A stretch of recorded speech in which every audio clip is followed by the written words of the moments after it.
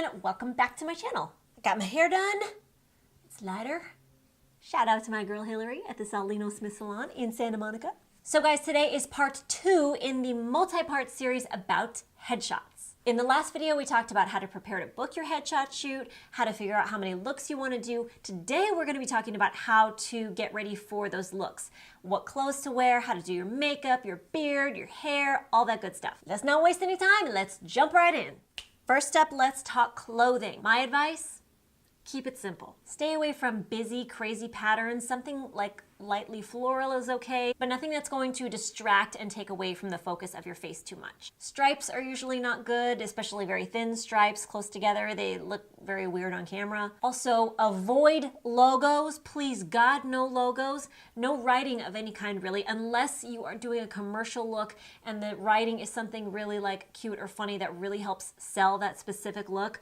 Other than that, no writing. If it's a top that you really, really love and it's just like a tiny little logo, it can be airbrushed out. But for the most part, try to stick with solid colors. Blues always look really good. All shades of blue tend to be universally flattering on everybody, especially in photos. Grays tend to be really nice for theatrical, or if you're looking for something very crisp and clean, maybe just black or white. Texture is really nice. So if you have a solid color top with waffle knit or maybe like a little lace on the shoulder or some small detail that looks really nice and gives a little personality, that's always good. Plaid shirts are always good, especially for guys, but also for girls. There's a lot of commercials for like Home Depot or any kind of outdoorsy product. You want a nice, like, cozy flannel, casual girl or guy next door look. Layers are a huge thing, especially for commercials. If you watch commercials, all the women have like a cardigan, or the guys always have a t-shirt with like a flannel shirt over it. And it looks good in pictures. It gives the photo a little bit more depth, a little bit more texture, makes it a little more human. So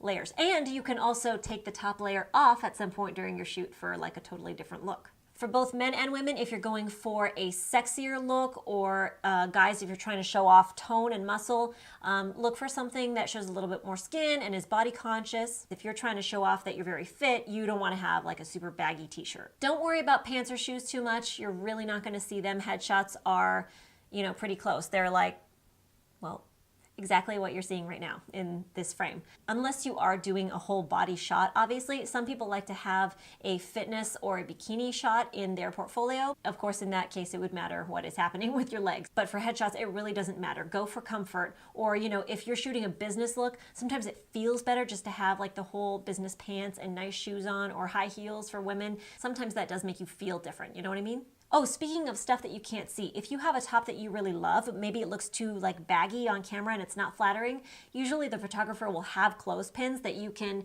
use to pin back the shirt and make it look tighter or more flattering. Try to round up 2 to 4 outfit options per look, and then when you bring them to your headshot shoot, you and your photographer can decide together what's going to look best with the backgrounds that they have. Now here's a tip someone taught me that the stores are not going to like very much.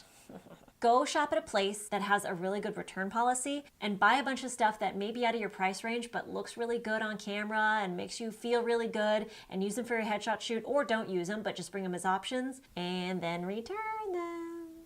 And if this all seems like too much for you and you don't know what to wear and you don't know what to pick, you can hire a stylist. Most photographers have someone that they can refer you to, or you can look online for some referrals. I will link a couple that I know down below. It will cost you a little something, but at least it'll help ease the stress a little bit. Okay, let's talk about the face. Men, do you have a beard? Do you want to have photos with a beard? If you do, grow out your beard. Start the photo session with your beard. Bring your trimmer and then maybe trim it down halfway and then have some just light scruff. Bring a razor, shave it all the way down, then you have a nice clean look. Of course, make sure you discuss this kind of time that will take with your photographer so that they're not surprised during the shoot and then they're gonna end up late for their next client. But they should be cool with you wanting to change your facial hair a little bit during your shoot. And my ladies, when you are doing your makeup for your shoot, start as bare as possible. So maybe start with just some foundation, a little blush, your eyebrows, a little lip gloss, and mascara, and then kind of work your way up throughout the shoot. So you start with your more laid back, less makeup, everyday looks, and then work up to heavier makeup as the shoot goes on. Because obviously it's much easier to bump your makeup up than to take it down. Men and women, make sure that you plan ahead and match your beard or your makeup changes with your outfit changes, so you're not in just like a casual summery tank top and then like heavy glam makeup. Unless you want to do that, that's your prerogative. But please do be careful with makeup. It can look way too little or way too much. Let your photographer know right at the beginning of the shoot that you want to see the first couple pictures to make sure that your makeup is looking how you want it to look. Okay, now let's talk about hair. Try some different stuff with your hair throughout the shoot. Maybe it's more tame in some shots, maybe it's more messy, maybe try changing your part or putting it up for some photos, but do make sure that it looks realistic and like something that you would actually be able to do yourself and wear every day. For hair and makeup, you don't want to look too perfect. You want to look like a real person who is relatable. Try not to put too much product in your hair. It does tend to show up on camera and look really fake and greasy and weird. Obviously, you're going to need something for flyaways and to, make it look the way you want. But keep in mind that flyaways can be retouched later, so don't stress about it. It's more important that your hair has some movement and you look like a real human being. Even if you ignore all the advice in this video so far, the one thing you need to hear is this: make sure you look like you.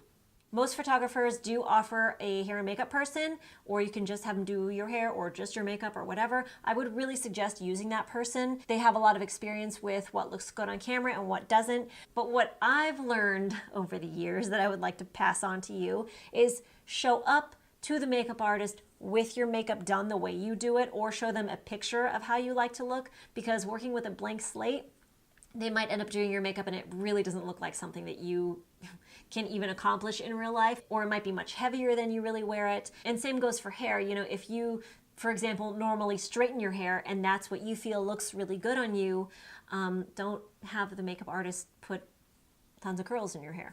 And my last piece of advice for today, I'm hoping you're someone that I really don't even have to say this to, but here goes. No props.